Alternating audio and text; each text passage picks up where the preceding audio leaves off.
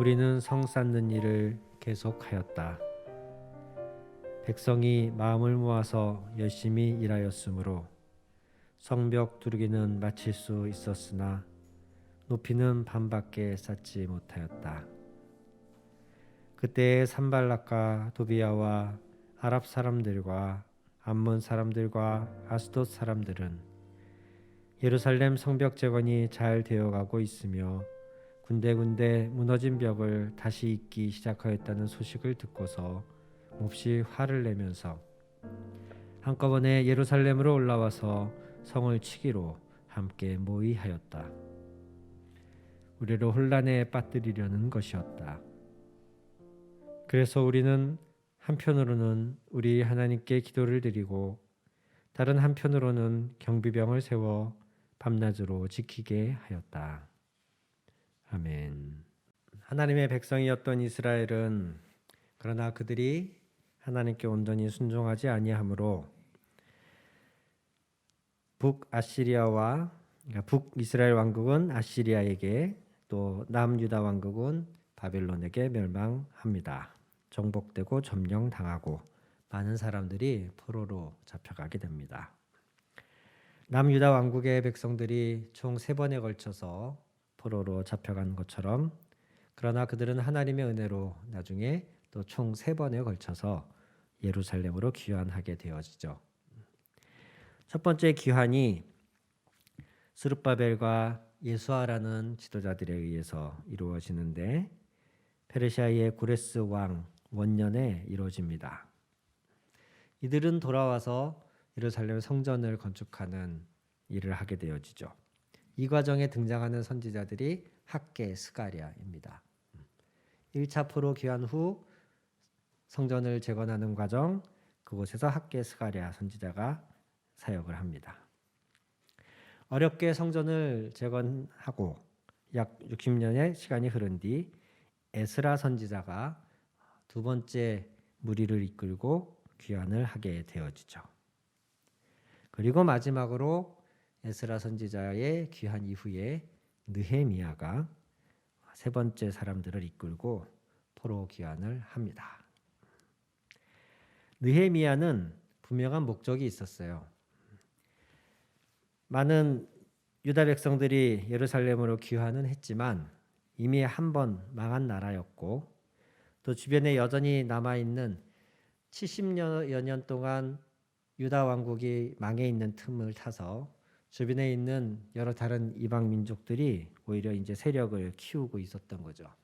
때문에 그들의 정착은 쉽지 않았고 어렵사리 성전은 건축했지만 많은 백성들이 주변의 다른 이방 민족들의 위협 속에서 힘들게 지내고 있었습니다. 이 소식을 접한 느헤미야가 성벽을 재건해야겠다. 귀환한 우리 민족들이 좀 더 안전하게 살 수 있도록 예루살렘을 둘러쌀 성벽을 다시 세워야겠다. 이런 분명한 목표를 가지고 귀환을 한 것이에요. 첫 번째 귀환했을 때는 성전이 지어지고 마지막 3번째 느헤미야 귀환 때에 성벽이 세워지게 되는 겁니다. 그 당시 유다 왕국이 귀환한 유다 백성들이 처했던 상황이 어떤 상황이었냐면 오늘 본문 7절에 이렇게 기록되어 있죠. 그때에 산발락과 도비야와 아랍 사람들과 암몬 사람들과 아스돗 사람들은 예루살렘 성벽이 잘 되어가고 군데군데 무너진 벽을 다시 잇기 시작하였다는 소식을 듣고서 몹시 화를 내었다. 그렇게 되어 있습니다. 산발락과 도비야는 사람의 이름이고요. 아랍 사람, 암몬 사람, 아스돗 사람 이런 사람들은 이제 그 주변에 있는 다른 이방 민족들을 말하죠. 산발랏은 예루살렘 북쪽에 있는 그 사마리아 지역 지도자의 이름이었고 암몬 족속은 예루살렘의 동쪽에 있는 그 지도자의 이름이 이제 도비야인 것이에요. 북쪽에는 산발랏이 이끄는 사마리아, 오른쪽에는 동쪽에는 도비야가 이끄는 암몬 족속. 이들이 계속 예루살렘을 괴롭히는 거예요. 아랍 사람들은 예루살렘의 남쪽에 있는 민족들이었고, 또 아스돗이라고 하는 곳은 예루살렘을, 이스라엘을 끈질기게 괴롭혀온 블레셋 사람, 블레셋 민족에 해당합니다. 동서남북으로 지금 예루살렘은 둘러싸인 채 많은 다른 이방 민족들의 회방과 위협을 받고 있었던 거예요. 예루살렘이 망했을 때는 좋았는데 거기에 사람이 모이더니 성전이 지어지고 이제는 성벽까지 제대로 된 도시국가의 면모를 이뤄간다는 소식을 들은 주변에 있는 다른 민족들은 그걸 두고 볼 수가 없었던 거죠. 그래서 몹시 화를 내고 분노하면서 8절에 보니까 한꺼번에 예루살렘에 올라가서 성을 치기로 함께 모의하였다라고 합니다. 자, 이런 상황에서 느헤미야는 어떻게 하느냐? 9절 말씀을 보니까 우리는 한편으로는 우리의 하나님께 기도를 드리고 다른 한편으로는 경비병을 세워 밤낮으로 지키게 하였다 라고 기록합니다. 주변에 있는 다른 민족들이 호시탐탐 자신들을 위협했을 뿐만 아니라 이제는 그들이 연합하여서 예루살렘을 공격해 올 것이다 라는 정보를 들은 느헤미야는 하숫군을 세워서, 경비병을 세워서 밤낮으로 경계를 세우고 더불어서 우리의 하나님께 기도를 드렸다라고 성경은 기록하고 있습니다. 저는 오늘 이 말씀 안에서 두 가지 다 우리에게 중요한 것이지만 그 중에 특히 더 앞부분이 우리 그리스도인들에게는 핵심이다 라는 이야기를 하고 싶습니다. 적이 쳐들어올 것이다 라는 정보를 입수했으면 만반의 준비를 하고 맞서 싸울 수 있는 대비를 하고 경비병을 세워 지키는 것은 당연히 해야 되는 것이라고 생각합니다. 그 정도 노력, 우리가 삶에서 어떤 문제가 내게 생길 것이 예측이 된다면 그것에 대비하는 것은 당연히 해야 하는 것이라고 생각합니다. 그런데 이 당연한 것조차 하지 않는 사람들도 종종 있죠. 이 당연한 것조차 하지 않는 사람들에게는 사실 뭐 그 다음 얘기를 할 수가 없습니다.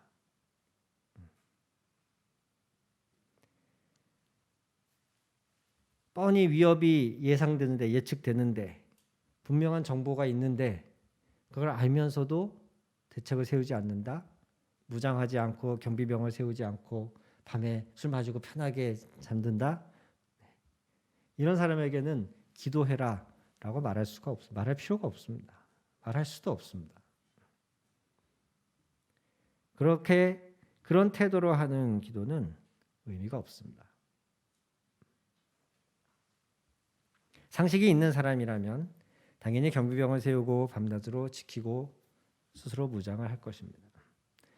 이것은 우리 그리스도인이라 할지라도 마땅히 해야 하는 것입니다. 우리가 목표로 하는 시험이 있다면, 어떤 자격증이 있다면, 입사하기 위한 목표를 세운 회사가 있다면 당연히 그에 걸맞는 노력을 해야죠. 공부를 해야죠. 애를 써야죠. 건강해지고 싶다면 운동을 해야죠. 저도 사실 지금 올해 건강검진을 받아야 되는데 2년에 한 번씩 하지 않습니까? 예. 아직 좀 가기가 겁이 나요. 예. 제가 올해 들어서 급격하게 체중이 좀 늘어났기 때문에 이 상태로 가서 건강검진을 받으면 과연 어떤 결과가 나올까 심히 좀 염려가 돼요. 그래서 뭔가 좀 대책을 세우고 한 달이라도 뭐 이렇게 땀을 좀 빼고 이렇게 가야 되지 않나 싶은데 이게 쉽지 않네요. 이처럼 목표로 하는 바, 원하는 바가 있다면 노력을 해서 결과를 내야 되는데 우리는 가끔 그 노력하는 것조차 잊을 때가 있습니다. 소홀히 할 때가 있습니다. 그리스도인이라 그래서 그런 상식적인 노력을 하지 않은 채 기도만 하는 것이 결코 바람직하지 않습니다. 그렇게 해서 하나님의 은혜를 구하는 것은 하나님이 기뻐하시는 태도가 아닙니다. 오늘 보시는 것처럼 느헤미야는 본래 또 궁전에서 일하는 관리였기 때문에 그가 주변에 있는 이민족들이 이방 민족들이 연합하여서 쳐들어올 것이라는 첩보를 접한 이후에 그는 빠르게 조직을 재편하고 경비병을 세우고 밤낮으로 파수를 세웠습니다. 그런데 오늘 이야기 안에서 경비병을 세워 밤낮으로 지키게 하였다라는 그 말씀 앞에 이런 말이 함께 기록되어 있습니다. 우리의 하나님께 기도를 드리고 경비병을 세워 지키게 하였다.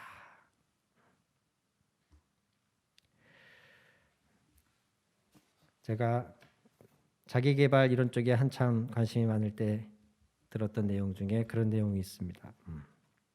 오늘날 산에 나무를 하러 간 두 사람이 있었는데 두 사람은 친구이면서도 라이벌이었기에 오늘 누가 더 나무를 많이 하나라고 나름 경쟁의식을 가지고 나무를 패기 시작을 했습니다. 그 중에 한 친구는 유달리 또 승부욕이 강했기 때문에 쉬지 않고 잠깐 목을 축이거나 휴식을 취하는 것 외에는 거의 대부분의 시간을 열심히 나무를 패는 데 집중을 했습니다. 열심히 도끼질을 했습니다. 그런데 다른 한 친구는 한 1시간 열심히 일하는가 싶더니 한참을 쉬는 거예요. 한 10분, 20분을. 그리고 또 일어나서 또 1시간 또 열심히 하는가 싶더니 또 한 10분, 20분 쉬고 우리 학생들 공부하는 것처럼 1시간 공부하고 10분 쉬고 1시간 공부하고 10분 쉬고 하는 것처럼 한 친구는 정말 쓰러지지 않을 정도로만 쉬면서 열심히 대부분의 시간을 나무를 패는 데 투자하고 다른 한 친구는 정기적으로 쉬어가면서 나무를 팼습니다. 그런데 하루 일과를 마치고 이제 해가 저물 때가 돼서 다 자기가 한 나무를 모아서 막상 딱 비교를 해보니 열심히 일만 한 친구보다 중간중간 적절히 쉬어가면서 나무를 팬 친구의 나무가 더 많은 거예요. 이상하게 생각한 친구가 물어봤습니다. 아니 어떻게 너는 그렇게 자주 쉬어가면서 일을 했는데 나보다 더 많은 나무를 팼냐? 그랬더니 그 친구가 대답하는 말이 나는 쉬는 동안에 도끼날을 갈았거든. 쉬는 동안에 도끼날을 갈았거든. 열심히 나무를 패는 데에만 집중하느라 도끼날이 무뎌지는 것을 모르고 있었던 친구보다 중간에 적절한 휴식을 취하면서 그 시간에 도끼날을 갈았던 친구의 작업이 훨씬 능률적이었다는 거죠. 이것은 어떤 자기계발이나 효율에 대한 이야기이기도 하지만 저는 오늘 본문 안에서 기도가 우리에게 이렇게 도끼날을 가는 것과 같은 시간이지 않을까 하는 생각을 해봅니다. 그저 열심히 사는 것, 쉬지 않고 일하는 것, 최선을 다하는 것 사실 이 얘기는 세상에서도 하잖아요. 단순히 크리스찬들이 그런 태도로만으로는 세상을 이길 수도 없고 세상에서 빛과 소금의 역할을 할 수도 없습니다. 그저 똑같은 경쟁자일 뿐입니다. 우리 그리스도인들에게는 경비병을 세워서 밤낮으로 지키는 그런 이 세상에서의 일에 대비하기 위한 태도도 분명히 중요하지만 그 일을 함과 동시에 기도하는 것이 반드시 필요합니다. 기도를 드리고 경비병을 세워 지키게 하였다. 둘 다 중요하지만 믿지 않는 사람들, 하나님의 자녀가 아닌 사람들은 이 앞부분이 없잖아요. 똑같이 세상에서 열심히 하는 사람들이라면 기도를 하는 사람죠. 하나님 안에서 하나님 뜻을 물어가면서 도끼날을 갈듯이 내 자신을 하나님 앞에서 돌아보면서 열심을 내는 사람하고 그저 무작정 열심히만 달려가는 사람하고는 그 달려가는 방향이나 그 얻어지는 결과가 분명히 다를 것이라고 믿습니다. 기도는 크게 두 가지의 유익을 저희에게 줍니다. 하나는 우리가 기도하면 우리만 일하는 게 아니라 하나님이 일하십니다. 우리가 하는 모든 일을 하나님 앞에 가지고 나가는 것이 곧 기도이거든요. 내가 하는 이 일이 단순히 내 일이 아니라 하나님과 관계된, 더 나아가서는 하나님으로 말미암는 일이라는 이런 고백이 기도이기 때문에 하나님은 기도하는 자의 일에 항상 함께 하시게 되어 있어요. 성경 곳곳에서는 그렇기 때문에 우리에게 하나님이 구하라고 말씀하시는 거예요. 구하라. 하나님이 모든 것을 아시고 전지전능하신 분이라면 저는 그런 생각도 해봤습니다. 그냥 알아서 주시면 되지 않나? 하나님이 모든 걸 아시니까 나보다 나를 더 잘 아시고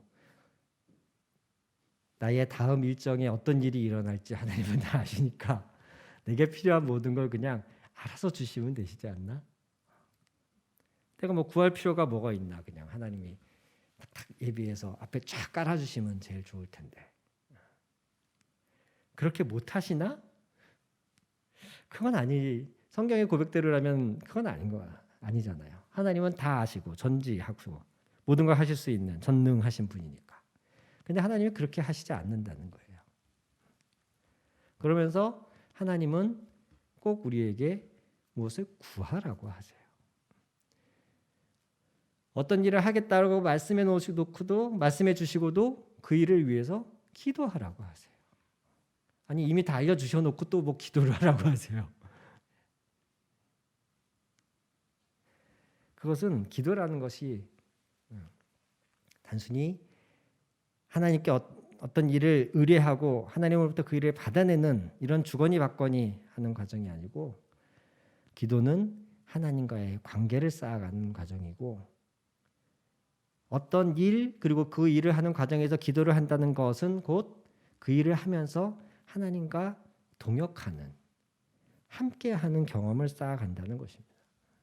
때문에 기도하는 자의 일에는 하나님이 항상 함께 하시게 되어 있어요. 그래서 우리는 무슨 일을 계획하고 진행한다 할지라도 그 앞에 기도하며 해야 합니다. 더 나아가서는 기도는 우리 자신을 재구성하는 시간이에요. 한번 말씀드렸었죠.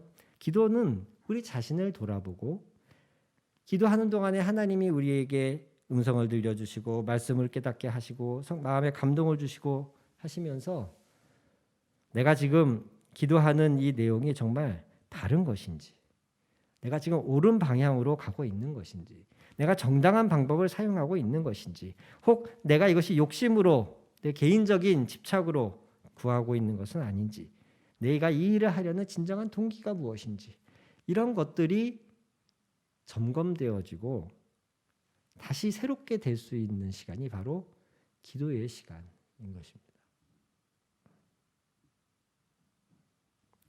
그렇기 때문에 기도하는 사람은 훨씬 실수를 적게 할 수가 있어요.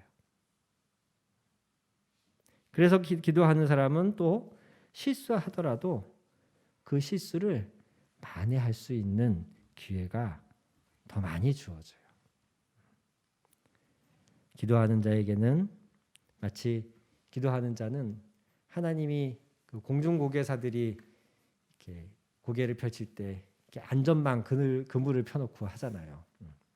가끔 그런 것 없이 이제 더 손에 땀을 쥐게 하는 사람도 있지만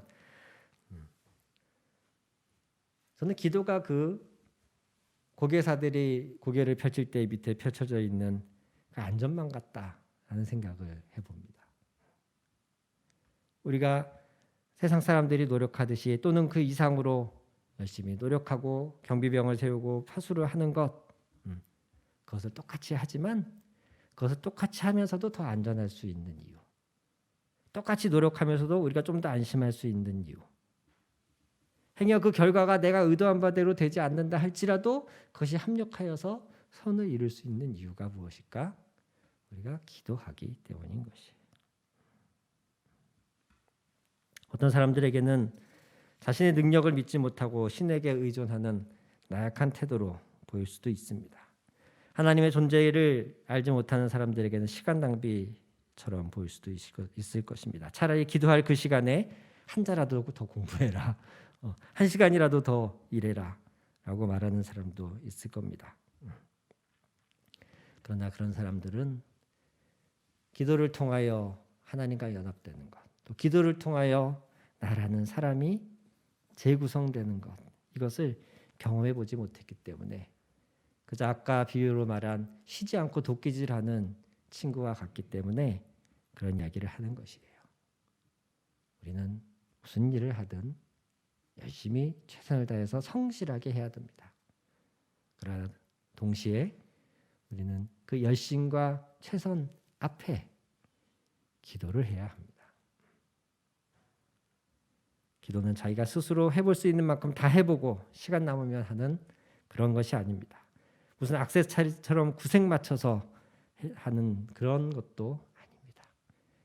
기도는 반드시 우리의 호흡, 삶의 태도 자체가 되어야 하며, 기도하며 하는 모든 일 가운데에는 하나님이 함께 하시고 합력하여 선을 이루시는 줄로 믿습니다. 우리 같이 기도할까요?